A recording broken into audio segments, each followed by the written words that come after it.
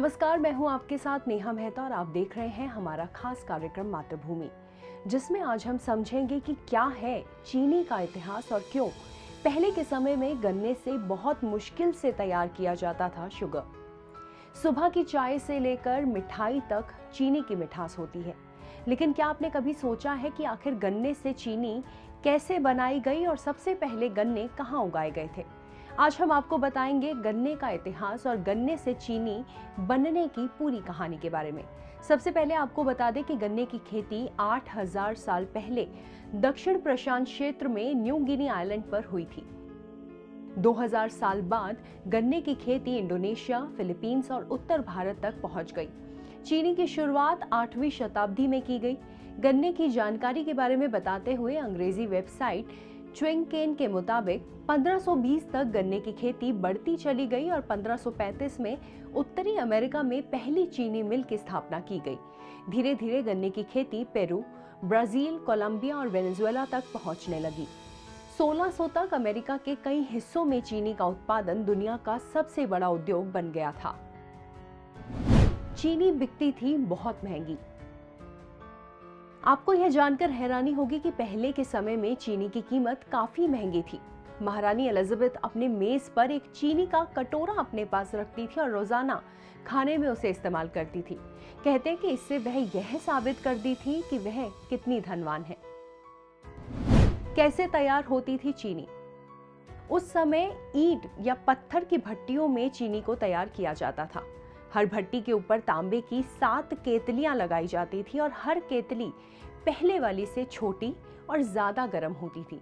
गन्ने का रस सबसे बड़ी केतली में होता था, जो गर्म होता रहता था और इसमें नींबू डालकर इसकी सारी अशुद्धियों को निकाला जाता था।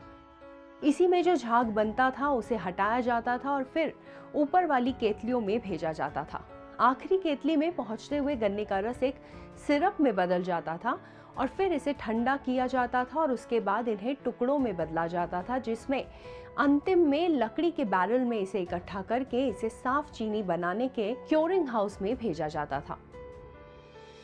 पश्चिमी अफ्रीका के गुलाम जब 1833 में आजाद हुए तो उन्होंने ब्रिटेन के गन्ने के खेतों में काम करना बंद कर दिया था, जिसके बाद गन्ने के खेत के मालिकों को नए मजदूरों की जरूरत पड़ गई और ये मजदूर कम दामों में सिर्फ चीन, पुर्तगाल और भारत में इन्हें मिले।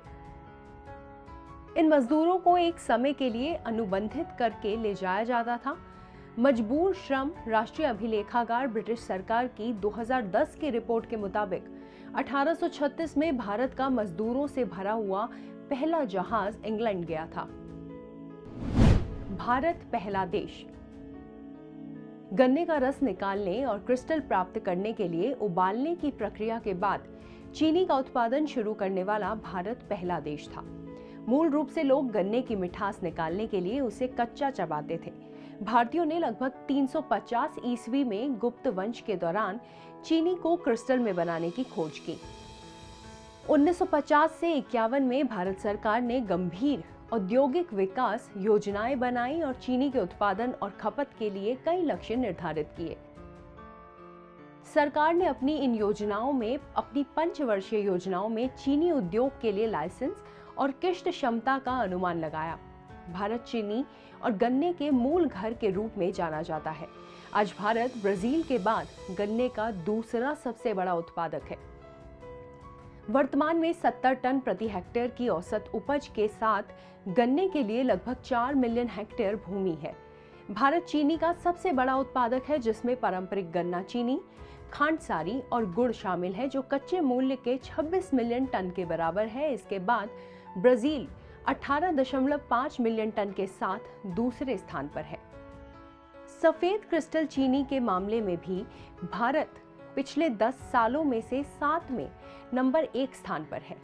आज के इस एपिसोड में इतना ही।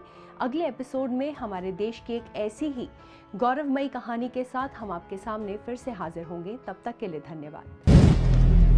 अगर आप भी लेना चाहते हैं देश दुनिया की तमाम जानकारी तो आज ही सब्सक्राइब करें हमारे चैनल को। साथ ही नीचे दिए बेल आइकन को जरूर दबाएं ताकि हर अपडेट आप तक पहुंच सके।